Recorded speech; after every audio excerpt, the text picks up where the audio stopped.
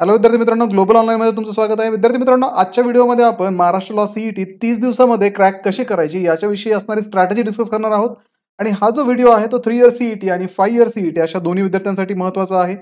तर विद्यार्थी मित्रांनो, ही स्ट्रॅटेजी फॉलो करताना डेली 8 तास तुम्हाला इथे इन्व्हेस्ट करणं कंपल्सरी असणार आहे. आणि विद्यार्थी मित्रांनो, जर तुम्ही अजूनही सीईटीच्या अभ्यासाला सुरुवात केली नसेल तर ही स्ट्रॅटेजी तुमच्यासाठी आहे. तर विद्यार्थी मित्रांनो, ग्लोबल ऑनलाईन क्लासेसमध्ये आम्ही महाराष्ट्र लॉ सीईटी 2025 साठी 3 इयर आणि 5 इयर सीईटीचा जो क्रॅश कोर्स आहे तो सुरू केलेला आहे. या क्रॅश कोर्सची जी बॅच आहे ती 31 मार्च 2025 म्हणजे सोमवारपासून सुरू होत आहे. या बॅचमध्ये तुम्हाला डेली लाईव्ह क्लासेस मिळतात. डेली लाईव्ह क्लासेसच्या माध्यमातून तुमचा जो संपूर्ण सिलेबस आहे तो एक्झाम पूर्वी कव्हर केला जातो. त्यानंतर संपूर्ण अभ्यासक्रमावरती आधारित रेकॉर्डेड व्हिडिओ लेक्चर्स तुम्हाला दिले जातात. संपूर्ण अभ्यासक्रमाच्या नोट्स, 50 पेक्षा अधिक मॉक टेस्ट आणि 2000 पेक्षा अधिक एमसीक्यू सुद्धा तुम्हाला या बॅच मध्ये प्रोव्हाइड केले जातात. बॅचचा जो टायमिंग आहे तो दुपारी 12, संध्याकाळी 5 व 6 असा असून वर्किंग प्रोफेशनल साठी सुद्धा या बॅचेस आयडियल आहेत. या बॅच मध्ये तुमचा संपूर्ण सिलेबस कव्हर केला जाईल. एक्झामच्या दृष्टिकोनातून तुमची प्रॅक्टिसही करून घेतली जाईल. त्यामुळे बॅचला जॉईन करण्यासाठी तुम्ही स्क्रीनवरती दिलेल्या नंबरवरती व्हॉट्सअप करा किंवा प्ले स्टोरवरती जाऊन तिथेही ग्लोबल ऑनलाईन ॲप डाउनलोड करून त्यामध्ये 5 इयर सीईटी आणि 3 इयर लॉ सीईटी हे कोर्सेस सर्च करून परचेस करू शकता. मित्रांनो, जसं की आपल्याला माहिती आहे, लॉ सीईटी मध्ये लीगल ॲप्टिट्यूड आणि लीगल रिझनिंग हा सब्जेक्ट आहे. 3 इयर साठी 24 मार्कला याच्यावरती प्रश्न विचारले जातात. 5 इयर सीईटी मध्ये 32 मार्कला याच्यावरती प्रश्न असतात. General knowledge with current affairs 32 मार्कला 3 year CET मध्ये आणि 24 मार्कला 5 इयर सीईटी मध्ये विचारलं जातं. Logical and analytical reasoning 3 year CET मध्ये 24 मार्क्स आणि 5 इयर सीईटी मध्ये 32 मार्कला असते. त्यानंतर इंग्लिश लँग्वेज जी आहे ती 3 इयर सीईटी मध्ये 40 मार्कला असते आणि तीच 5 इयर सीईटी मध्ये 24 मार्कला त्याच्यावरती प्रश्न विचारतात. बेसिक मॅथमॅटिक्सचा जर आपण विचार केला तर बेसिक मॅथमॅटिक्स हे 3 इयर सीईटी मध्ये नाहीये, पण 5 इयर सीईटी मध्ये याच्यावरती 8 प्रश्न विचारले जातात. तर विद्यार्थी मित्रांनो, या क्रॅश कोर्समध्ये हे सगळेच्या सगळे सब्जेक्ट जे आहेत ते कव्हर केले जाणार आहेत. डिटेल सिलेबस इथे कव्हर केला जाईल जेणेकरून एक्झामच्या दृष्टिकोनातून तुमची चांगली प्रॅक्टिस इथे होणं शक्य आहे. त्यानंतर विद्यार्थी मित्रांनो, आपण जर रिवाइज्ड पॅटर्न जर या एक्झामचा पाहिला तर 3 इयर लॉ सीईटी आणि 5 इयर लॉ सीईटी या दोन्हीही ऑनलाईन पद्धतीच्या एक्झाम आहे. 120 मार्क्सला 120 प्रश्न या परीक्षांमध्ये विचारले जातात. त्याच्यानंतर टाइप ऑफ क्वेश्चन जो आहे तो एमसीक्यू टाइपचे हे क्वेश्चन असतात. एक प्रश्न आणि त्याला 4 ऑप्शन्स दिलेले असतात.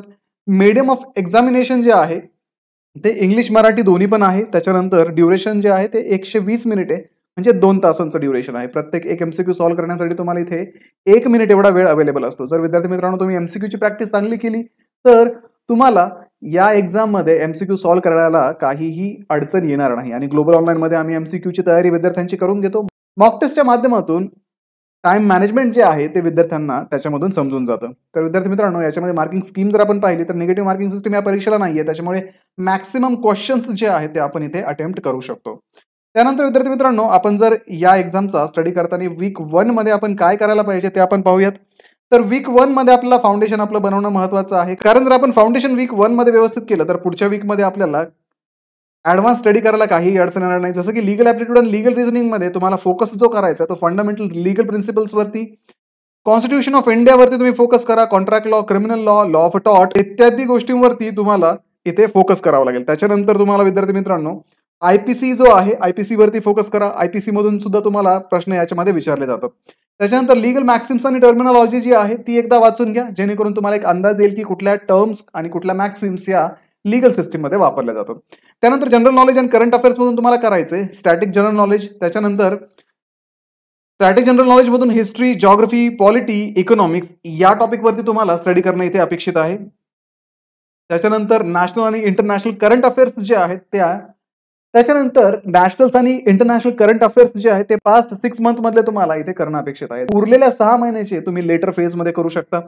त्यानंतर न्यूजपेपर वगैरे रीड करण्याची सवय ठेवा. द हिंदू असेल, द इंडियन एक्सप्रेस असेल, याच्यामध्ये जे लीगल इश्यूज डिस्कस केलेले असतात, लीगल इश्यूज वरती ज्या न्यूज असतात, सुप्रीम कोर्टच्या जजमेंट विषयी असेल किंवा फंडामेंटल राईट्स विषयी काही केसेस चालू असतील तर त्या केसेस विषयी तुम्ही अपडेट राहणं इथे महत्वाचं आहे. त्याच्यानंतर लॉजिकल अँड अनालिटिकल रिझनिंग मधून तुम्हाला seating arrangement, blood relation, coding, decoding, syllogism, puzzles हे टॉपिक्स इथे करणं अपेक्षित आहे. विद्यार्थी मित्रांनो, जसं की आपल्याला माहिती आहे या टॉपिकमध्ये आपल्याला फक्त ट्रिक्स वापरायचे असतात आणि ग्लोबल ऑनलाईन मध्ये आम्ही हे सगळे टॉपिक जे आहेत ते कव्हर करतो आणि याच्या ट्रिक्स पण प्रोव्हाइड करतो. सोबतच 2000 पेक्षा अधिक एमसीक्यू सुद्धा तुम्हाला कंप्लीट कोर्समध्ये दिले जातात जेणेकरून तुमची एमसीक्यूची प्रॅक्टिस व्यवस्थित होते. त्याच्यानंतर इंग्लिश लँग्वेज मधून तुम्ही जर करायचं झालं तर तुम्हाला पॅसेजेस वरती बेस्ड क्वेश्चन्स याच्यामध्ये विचारले जातात. ग्रामरचे टॉपिक तुम्हाला इथे स्टडी करायचे आहेत. सिनोनिम्स, अँटोनिम्स, सेंटेन्स करेक्शन आणि व्होकॅब्युलरी याच्यावरती तुम्ही वीक 1 मध्ये फोकस करणं महत्त्वाचं आहे. विद्यार्थी मित्रांनो, वीक 1 मध्ये तुम्हाला दिवसातला कमीत कमी 8 तास वेळ देणं इथे कंपल्सरी असणार आहे. त्याच्यापेक्षा जास्त तुमच्याकडे टाईम अवेलेबल असेल तर तुम्ही 12 तासापर्यंत पण वेळ देऊ शकता. पण त्याच्यामध्ये तुम्हाला पूर्ण महिनाभर कन्सिस्टन्सी ठेवावी लागेल. त्याच्यामुळे मॅक्सिमम टाईम इथे अलोकेट करा आणि मॅक्सिमम सब्जेक्ट जे आहे आणि मॅक्सिमम सिलेबस जो आहे तो कव्हर करण्याचा प्रयत्न करा. त्यानंतर विद्यार्थी मित्रांनो, वीक 1 मध्ये आपण हे बेसिक्स वगैरे व्यवस्थित केल्यानंतर वीक 2 मध्ये तुम्हाला इथे लीगल ॲप्टिट्यूड मधून लीगल रिझनिंगचे एमसीक्यू जे आहे ते करणं कंपल्सरी आहे. कारण वीक 1 मध्ये तुमचं याचं बेसिक्स झालेलं असेल, तुम्हाला सगळे ऍक्ट, लॉ माहिती झालेले असतील, लीगल सिस्टीम माहिती झाली असेल. त्याच्यानंतर तुम्ही वीक 2 मध्ये याच्यावरती असणारे लीगल रिझनिंगचे टॉपिक व्यवस्थित करू शकता. त्याच्यानंतर तुम्हाला टॉपिक बेस्ड मॉक टेस्ट इथे देणं अपेक्षित आहे, जेणेकरून तुम्हाला कुठल्या टॉपिकचा किती स्टडी झाला हे याच्यामध्ये कळेल. सब्जेक्ट वाईज तुम्ही मॉक टेस्ट द्या. त्यावरनं तुम्हाला समजेल की कुठला सब्जेक्ट आपला वीक पडतोय आणि कुठल्या सब्जेक्टमध्ये आपण जास्त फोकस करायला पाहिजे. तर या वीकमध्ये तुम्ही एमसीक्यू सॉल्व्ह करण्यावरती फोकस द्या. त्याच्यानंतर मागच्या वीकमध्ये जो स्टडी केलाय त्याची रिव्हिजन करण्याचा पण इथे प्रयत्न करा. त्याच्यानंतर जनरल नॉलेज आणि करंट अफेअर्समधून तुम्हाला जनरल नॉलेजचे जे टॉपिक्स आहेत ते इथे रिवाइज करायचे फक्त. कारण इथे डिटेल स्टडी करणं तुम्हाला वीक 2 मध्ये पॉसिबल नाहीये. वेळ कमी असल्यामुळे इथे फक्त रिव्हिजन करणं महत्त्वाचं आहे. त्यासाठी वीक 1 मध्ये तुमचा सिलेबस कम्प्लिटली कव्हर झालेला पाहिजे. त्यानंतर विद्यार्थी मित्रांनो, इथे वीक 2 मध्ये तुम्ही ग्रुप डिस्कशन करू शकता. करंट अफेअर्समध्ये काय सिच्युएशन आहे सध्या, कुठले इव्हेंट होत आहे त्याच्यावरती तुम्ही ग्रुप डिस्कशन करू शकता. जसं की ग्लोबल ऑनलाईनमध्ये आम्ही व्हॉट्सअप ग्रुपमध्ये विद्यार्थ्यांना ऍड करतो. व्हॉट्सअप ग्रुपमध्ये विद्यार्थी आपले आपले इश्यूज टाकत असतात.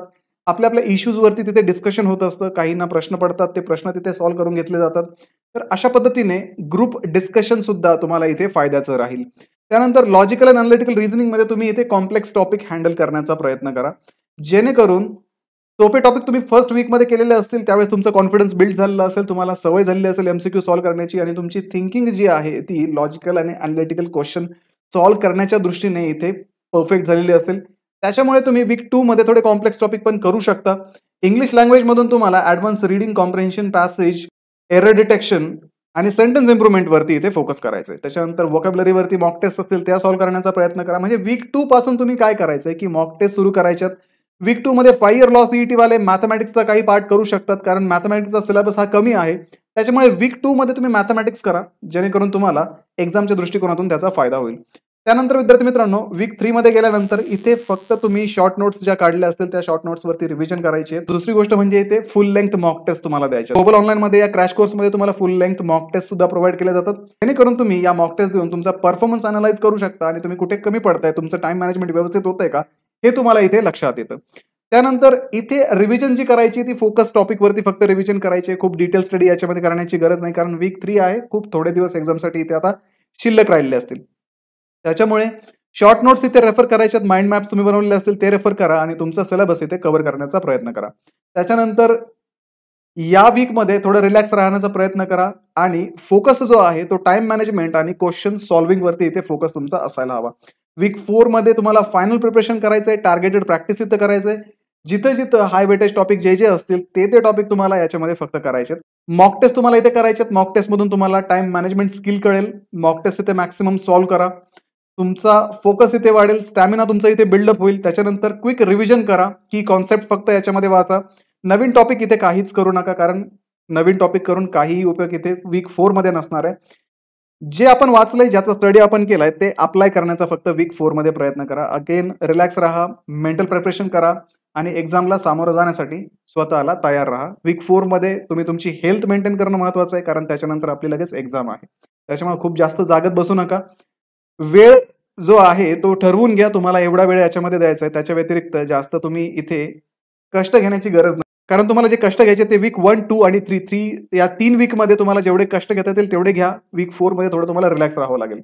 त्याच्यानंतर तुम्हाला जर काही ऍडिशनल टिप्स याच्याविषयी द्यायच्या झाला तर टाइम मॅनेजमेंट तुमचं इथं महत्वाचं आहे. टाइम मॅनेजमेंट तुमच्याकडे असेल तर तुम्ही मॅक्सिमम क्वेश्चन इथे अटेम्प्ट करू शकता आणि स्कोरिंग करण्यासाठी तुम्हाला मॅक्सिमम क्वेश्चन अटेम्प्ट करणं हे कंपल्सरी आहे. कारण जर आपण पाहिलं तर इथे निगेटिव्ह मार्किंग सिस्टीम नसल्यामुळे आपल्याला हा फायदा आहे की आपण मॅक्सिमम क्वेश्चन इथे अटेम्प्ट करू शकतो. तर एकही प्रश्न सोडायचा नाही, त्यासाठी टाइम मॅनेजमेंट जो आहे तो महत्वाचा ठरणार आहे.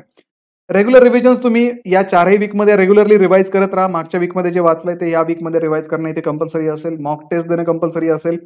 त्याच्यानंतर मॉक टेस्ट जर दिली तर तुम्हाला एक्झाम पॅटर्न कळेल, एक्झाममध्ये काय विचारलं जातं हे कळेल आणि कशा पद्धतीने आपण एमसीक्यू सॉल्व्ह करू शकतो कमीत कमी वेळेमध्ये हे तुम्हाला याच्यामध्ये कळून जाईल ज्यावेळेस तुम्ही मॉक टेस्टला सामोरे जाल त्यावेळेस. त्याच्यानंतर दुसरी गोष्ट म्हणजे आपली तब्येत पूर्ण या 4ही वीकमध्ये तब्येत सांभाळायची, ओव्हर स्ट्रेस करायचा नाहीये. कारण जर तब्येतच ठीक राहिली नाही, तर तुमच्या प्रिपरेशनवरती इफेक्ट होईल आणि अल्टिमेटली तुम्ही प्लॅन जो करताय तो सीईटी क्रॅक करण्यासाठी करताय. एखाद्या दिवशी तुम्ही 20 तास स्टडी करताय आणि दुसऱ्या दिवशी तुम्ही 2 तास स्टडी करू शकताय. बाकीचं तुम्हाला झोप घ्यावी लागते. तर असं जे अनइव्हन शेड्यूल आहे ते बनवू नका. शेड्यूल जे बनवायचंय ते इव्हन शेड्यूल बनवा. फिक्स टाइम ठेवा, फिक्स शेड्यूल ठेवा, जेणेकरून तुम्हाला दुसऱ्या कुठल्याही अडचणी या प्रिपरेशनमध्ये येणार नाहीत. तर विद्यार्थी मित्रांनो, हे होते काही महत्त्वाच्या इम्पॉर्टंट टिप्स आणि आपण शेड्यूल पाहिलं. 4 वीकचं तुम्ही तुमच्या पद्धतीने शेड्यूल बनवू शकता. कुठला टॉपिक कुठल्या दिवशी करायचा हे तुम्ही तुमच्या पद्धतीने ठरवा. तुमचा आत्तापर्यंत किती स्टडी झालाय याच्यानुसार तुम्ही हे शेड्यूल डिझाइन करा आणि मॉक टेस्ट वगैरे द्या. एमसीक्यू मॅक्सिमम सॉल्व्ह करण्याची प्रॅक्टिस करा आणि मॅक्सिमम थिअरी जी आहे ती पहिल्या वीकमध्ये कव्हर करा.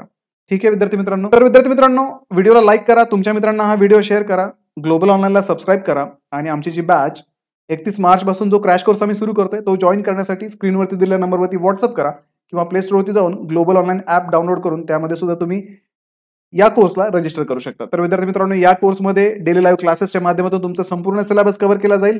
रेकॉर्डेड व्हिडिओ लेक्चर सुद्धा तुम्हाला इथे दिले जातील. त्याच्यानंतर संपूर्ण अभ्यासक्रमाच्या नोट्स तुम्हाला अवेलेबल असतील. 50 पेक्षा अधिक मॉक टेस्ट आणि 2000 पेक्षा अधिक एमसीक्यू सुद्धा तुम्हाला या बॅचमध्ये दिले जातील. तुम्ही तुमची एक्झामच्या दृष्टिकोनातून परिपूर्ण तयारी या क्रॅश कोर्समध्ये करून घेतली जाणार आहे. त्यामुळे लवकरात लवकर क्रॅश कोर्स जॉईन करा आणि एक्झाम क्रॅक करण्याच्या तयारीला लागा.